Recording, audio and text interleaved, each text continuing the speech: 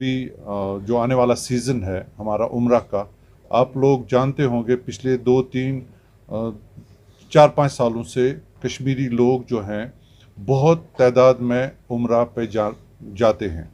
ख़ास तौर पे सर्दियों के मौसम में जब उनके स्कूल्स ऑफ हो जाते हैं, तो इससे एक नया मार्केट, एक नई इंडस्ट्री वजूद में आ गई। ये हज उम्रा इंडस्ट्री, जो आप लोग खुद भी इस चीज़ से आप आगाह हो चुके होंगे, देखते होंगे कि एडवर्टीज़मेंट और हर दिन कोई ना कोई नई कंपनीज आती है। ये खुशाइन बात है, बहुत अच्छी बात है कि एक सेक्टर नया जनरेट हो गया जहाँ से रोज़गार कश्मीर के लोगों को फराहम होता है। इसमें बहुत सारे अनएम्प्लॉयड यूथ्स एडजस्ट हो गए, बहुत सारे ज़्यादा। तो लेकिन अब तशवीश की बात भी हो रही है। मैं आप सब लोगों को 2-4 बातें जो अहम है, इसलिए आपको आज तकलीफ़ दे रहा हूँ। जो हम कई सालों से एडमिनिस्ट्रेशन को रिक्वेस्ट कर रहे हैं कि रेगुलेशन की ज़रूरत है हमें, क्योंकि कोई रजिस्ट्रेशन नहीं हो रही है, कहीं से रजिस्ट्रेशन नहीं हो रही है। एक 5-8-10 साल पहले आपको पता एक ऐसा एपिसोड हुआ जिसका खमियाजा अभी भी हम नहीं पूरा कर पा रहे हैं। वो जो एक ऐसी कंपनी थी जिन्होंने कश्मीरियों को पैसे लेकर कोई 600-650 लोगों को हज के ख्वाब दिखाए, फिर वो पैसे लेकर भाग गए। वो सबके सामने है। वो तो तब 4-5 लोग थे, 4-5 कंपनीज टोटल थी। अब इस वक्त जो हमारे एस्टिमेट के हिसाब से 300 से ज़्यादा कंपनीज या लोग इस काम में डायरेक्टली इन्वॉल्व है, गांव शहर में। तो ये अब मतलब कंट्रोल के बाहर है। तो इसलिए हम गवर्नमेंट से खसूसी तौर पे, ख़ास तौर पे टूरिज़म डिपार्टमेंट में हमारी रजिस्ट्रेशन होती है, लेकिन वो उम्रा की रजिस्ट्रेशन नहीं होती है, कोई रेगुलेशन नहीं है, कोई उनको पकड़ने वाला नहीं है। तो ये बहुत अशद ज़रूरत है इस वक्त कि गवर्नमेंट सामने आ जाए। मेरी तजवीज़ है हज कमेटी, जैसे हमारी स्टेट हज कमेटी है, यूटी हज कमेटी है, वो उनके पास कोई वो काम नहीं है। कम से कम वो हमें रजिस्टर करके जहां हम जवाब दे हो, वो तो ये काम कर सकते थे। इवन टूरिज़म डिपार्टमेंट हमको जवाब दे कर सकता था, क्योंकि ख़तरा लाहक हो रहा है। जिस तरह से रेगुलेशन नहीं हो रही है, जिस तरह से लोगों को कोई नज़र गुजर नहीं है, चेक्स एंड बैलेंसेस नहीं है, हो सकता है गलत लोग इसमें आकर कोई ऐसी वारदात करें जिससे जो जेन्युइन लोग हैं, जो सही लोग इस काम को करने वाले हैं, उनके रोज़गार में, उनके लिविंग में प्रॉब्लम हो जाए। ये एक बहुत ज़रूरी बात है। ख़ास तौर पे मैं सेक्रेटरी टूरिज़म जो है हमारे आबिद रशीद साहब से, उनको आपके वसातत से रिक्वेस्ट करता हूँ, दरख्वास्त करता हूँ, वो हमें मिलने का मौका दे और कोई ऐसा रास्ता निकाले जिससे ये रेगुलेशन हो जाए। या चेयरपर्सन है हज कमेटी की, इस वक्त जो स्टेट हज कमेटी के, उनको भी दरख्वास्त करता हूँ वो भी कोई रास्ता इस पर देखें ताकि ये रेगुलेशन हो, ताकि एक चेक्स एंड बैलेंस रहे, जिससे कोई परेशानी कल को ना हो, लॉ एंड ऑर्डर प्रॉब्लम ना हो। दूसरी बात ये है, ये जितने लोग आ रहे हैं, जैसे मैंने पहले अर्ज किया, खुशाइन बात है, बहुत अच्छी बात है। इससे हमारे अनएम्प्लॉयड यूथ्स इसमें एडजस्ट हो रहे हैं, पढ़े लिखे आए सामने, बहुत वेलकम है, हम उनको वेलकम कर रहे हैं। लेकिन परेशानी ये हो रही है कि डेस्परेशन बढ़ रही है मार्केट में। लोगों को काम करने के लिए जिस तरह से डेस्परेशन बढ़ रही है, उससे एक और तशवीश जो पैदा हो रही है कि हर कोई बिल्कुल प्रॉफिट को कोई मद्देनज़र नहीं रख रहा है, इसको बेचना चाहता है किसी भी रेट पर। आपने देखा होगा हाल ही में जो 1 लाख, 1,05,000, 10,000 फेसबुक पे लोग बेचना शुरू कर रहे हैं। हमें एतराज़ नहीं है, बहुत अच्छी बात है, इसको बेचें। आप 1,05,000 या लाख में बेचें, लेकिन हमें तो कम से कम ये समझ आए कि आपकी प्रॉफिट हो रहा है। 75,000 रुपये उसको टिकट और वीज़ा पे पहले ही खर्च करना है, जो बिफोर लिविंग देयर हाउसेस। ये जो ज़ायरीन होते हैं, 75,000 रुपये वीज़ा और टिकट पे पहले ही इस एजेंट को खर्च करना है। तो बाकी उसके पास बचा 25-30 हज़ार रुपये। आप सब लोग बताइए, 25-30 हज़ार रुपये पे इसको एक दूसरी कंट्री में जाना है, सऊदी अरब जाना है, कोई इसको कैसे किसी ऐसे गरीब मुल्क में नहीं जाना है जहां हमारे पैसे 1 रुपये को 4 रुपये देंगे। हमें तो आज जो रियाल की रेट है 23 रुपीज़ पे 1 रियाल आता है, तो 35,000 रुपये कितने रियाल होते हैं। इसमें इसको 20-21 दिन रहना है, इसका एकोमोडेशन है, इसका खाना पीना, इसको ज़ियारतें करवाना है, फिर ये जो खुद एजेंट जा रहा है इसका खुद का खर्चा भी इसमें से निकालना है, जो इम्पॉसिबल है। कंप्लीटली इम्पॉसिबल है। ये डेस्परेशन में लोगों को ले रहे हैं। मुझे जो परेशानी है, लोग तो जो जिसको 1 लाख रुपए में पैकेज मिला उसने दे दिया और चला गया, वो कहता है मुझे कोई परेशानी नहीं, ये इसको घर बेचना है, क्या करना है। लेकिन मुझे ये अप्रहेंशन है, ये वहां पर लोगों को तकलीफ देंगे, शायद होटल अकोमोडेशन ना दे पाए, होटल वाला इनको पासपोर्ट बंद करेंगे, जब उनको पैसा नहीं ये दे पाएगा। हर बार ये नहीं बेच सकता है, मकान नहीं बेच सकता है, इसकी जो घर की चीज़ें नहीं बेच सकता है इनको उम्रा कराने के लिए। ये डेस्परेशन में ये काम कर रहा है, लोगों को समझना चाहिए। इसके लिए हम चाहते हैं रेगुलेशन हो। मैं आप सब लोगों के वसात से लोगों को ये बात समझाना चाहता हूँ, जब वो इस सस्ते वाले पैकेज में जाते हैं, सस्ता वाला पैकेज नहीं, ये अंडर एस्टिमेटेड पैकेजेस हैं। जब इसमें जाते हैं फिर कंप्लेंट्स बहुत आना शुरू हो जाता है। आपने देखा होगा सोशल मीडिया पे, वहाँ पे लोग खाने पे लड़ रहे हैं, जो बहुत ही शर्मनाक बात है कि खाने पे नहीं लड़ाई होनी चाहिए थी। आपस में हाजी लड़ रहे हैं, मैं पहले ले लूँ, मैं पहले ले लूँ, और फिर अकोमोडेशन पर भी इस तरह से हो जाती। जब आपके पास बजट कम है, जब आपके पास पैसे कम नहीं है, वो क्या करेंगे? वो आपको होटल बहुत दूर दे देंगे जो आपको चलने के काबिल नहीं। अक्सर जो लोग हमारे जाते हैं, हमारे वालिदैन जाते हैं, 75-80 साल के लोग हैं सर, वो चल नहीं पाते हैं वहाँ पर। आप उनकी सिचुएशन, आप उनकी पोजीशन देख नहीं पाओगे। अगर उनके घर वाले देखेंगे, इंतहाई परेशान कुन है, वो एक कदम भी नहीं चल पाते हैं। तो कहाँ 1 किलोमीटर दूर रख के, उनको 1.5 किलोमीटर दूर रख के 5 वक्त नमाज के लिए अगर वो जाएंगे, यहाँ से जाएंगे आप 5 वक्त के लिए हरम भी नहीं जाएंगे, तो 10-15 किलोमीटर उनको खाली चलना पड़ता है अकोमोडेशन के लिए। बहुत तशवीशनाक बात है।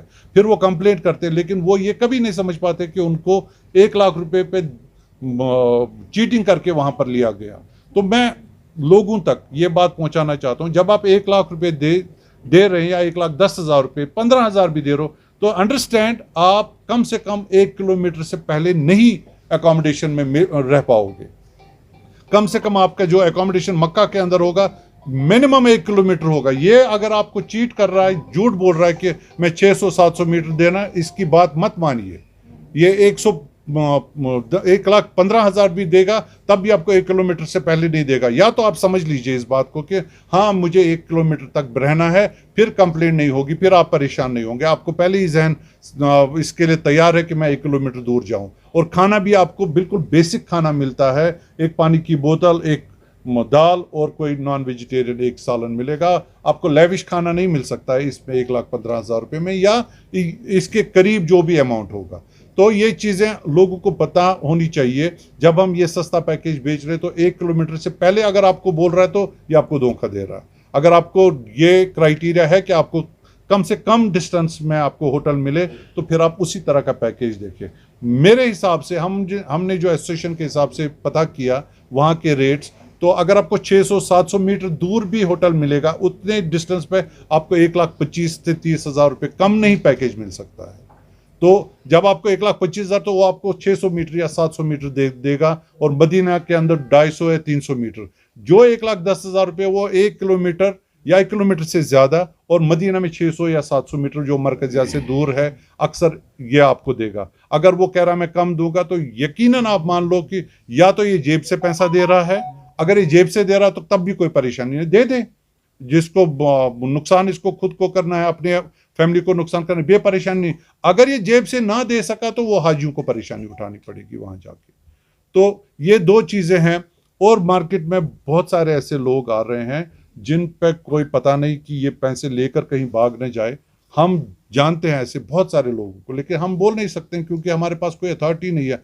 हम एक एसोसिएशन है, हम मेंबरशिप लेते हैं, जो हमारे मेंबर्स आते हैं उनसे अंडरटेकिंग लेते हैं, उनको पकड़ सकते हैं। बहुत सारे ऐसे लोग हैं जो हमारे मेंबर नहीं है, तो उनके लिए कम से कम एक गवर्नमेंट का रेगुलेशन होना चाहिए। इसलिए ये बहुत ज़रूरी है, हाई टाइम है, गवर्नमेंट को समझना चाहिए। ये बहुत एक सीरियस इशू है। कल रिसेंटली मैं आप सब लोगों को शेयर करूंगा एक फेसबुक पे पेज, एक आदमी फुटपाथ पे बेच रहा है उम्रा के पैकेज। फुटपाथ पे, जैसे कोई आम चीज नहीं फुटपाथ पे बेच रहा, वो फुटपाथ पे पैकेज बेच रहा। आप कोई उसको कैसे समझा दे यार, अगर कोई कल तुम पैसे लेकर हमारे भाग रहे हो तो फिर हम किसको पकड़े? फुटपाथ पे देख, मैं आपको फुटेज आपको शेयर करूंगा आप सब लोगों के साथ। तो मैं जनरल लोगों से ये अपील कर रहा हूँ, जब आप उम्रा पैकेज के लिए सिलेक्ट करो, कम से कम एसोसिएशन के मेंबर्स देखो, इनका बैकग्राउंड चेक करो, ये कंपनीज देखो, ये लोग आपके वहां पर ले जाने के काबिल है भी या नहीं है। ये कुछ चीजें जो उनको ग्राउंड वर्क करना चाहिए। और ये पैसे अगर कम मांग रहे हैं तो इससे लोकेशन मांगिए, इससे होटल मांगिए। अब आप आज होटल का नाम भी गूगल पे डालकर आपको पता चलेगा कि एग्जैक्ट लोकेशन कितनी है। इसके कहने पर भरोसा करने की जरूरत नहीं है। एक और बात, जो मैं जितने भी दीनी ऑर्गेनाइजेशंस हमारी हैं, दीनी इदारे हैं, और हमारे मस्जिदों के जो आइमा है, मैं उनको तहे दिल से, मैं उनकी इज्जत अपने दिल में रखता हूँ। हमेशा उनको इज्जत की नज़र से हम देखते हैं, वो बहुत बड़ा अजीम काम कर रहे हैं। लेकिन कुछ लोग ये मनसब भी मिसयूज़ कर रहे हैं। वो क्या करें, वो लोगों को कह रहे हैं कि हमारे साथ, हम आपको उम्रा कराएंगे, आप अपने जो भी पासपोर्ट हमारे साथ बुकिंग कीजिए। फिर वही लोग, मैं किसी एक तबके के नहीं आइडेंटिफाई कर रहा हूँ, मैं ये कुछ हर तबके के लोग हैं, वो ये लोग हमारे पास आके यही पासपोर्ट बेचते हैं। अगर उसको 1,10,000 15,000, फिर हमारे साथ ब्लैकमेलिंग करके उसको 95 लाख में ये पासपोर्ट बेचते हैं। 5-5 7-7 हज़ार रुपये उसमें बीच में प्रॉफिट कमाते हैं, मार्जिन कमाते हैं इलीगली। तो लोगों से ये भी करें, ये भी जरूरी है कि जब आप किसी के साथ बुकिंग करें, कम से कम उसका ऑफिस देखो, उसकी रजिस्ट्रेशन देखो, उसके कागज देखो। वो राह चलते जो को भी, मतलब बिल्कुल ये जैसे दलालों का काम हो गया। एजेंट जाता है घर पर घर, जाता है मेरे साथ उम्रा करने के लिए आ जाओ, क्योंकि उसको उसके पास 10-15 पासपोर्ट है, वो फिर हमें सामने ब्लैकमेल करने की कोशिश कर रहा है। तो उन सब लोगों से, खास तौर पे मस्जिद में जो आइमा है वो बहुत ही मुकद्दस काम कर रहे हैं, उनको इस काम में नहीं आना चाहिए। प्लीज, आपको जाना है हमारे साथ जा सकते हो आप सर आंखों पर, लेकिन ये पासपोर्ट के चक्कर में, ये एजेंसी चलाने के चक्कर में आपको नहीं जाना। दूसरे कंपनीज जो रजिस्टर्ड कंपनीज विद जीएसटी है, आप देखो, हमने अगर 1,30,000 रुपए का पैकेज बेचना है तो 5% जीएसटी हमने देना है। बहुत सारी ऐसी कंपनीज है जो जीएसटी के कहीं रजिस्ट्रेशन ही नहीं है, उसको लेवरेज मिल रहा है 5-7 हज़ार रुपये, तो पहले मुझे जीएसटी देना है, उसको वही लेवरेज मिल रहा है। तो कम से कम जीएसटी वालों को हमारे साथ राब्ता करना चाहिए। हम बता देंगे ये लोग जीएसटी रजिस्टर्ड नहीं है, वो 5-7 हज़ार रुपये का लेवरेज उनको नहीं मिलेगा। ऐसे ही उठा के कोई भी आता है, तो बहुत सारी परेशानी हमारे इस ट्रेड के अंदर। इससे अलावा एयरलाइंस का अलग से परेशानी है। लास्ट ईयर कुछ एजेंट्स ने पैसे, टिकटें पहले उठाकर फिर ब्लैकमेलिंग सिचुएशन पे आ गए। 42,000 में एयर इंडिगो से या बाकी एयरलाइन से टिकटें हमने 60,000 में बेची, खरीदी हुई है। 18-20 हज़ार रुपये मार्जिन दे दिया। वो क्राइम ब्रांच पे ऑलरेडी केस है, वो उसको तहकीक भी कर रहे थे। इस साल अब हमको एयरलाइंस वालों ने भी पकड़ा।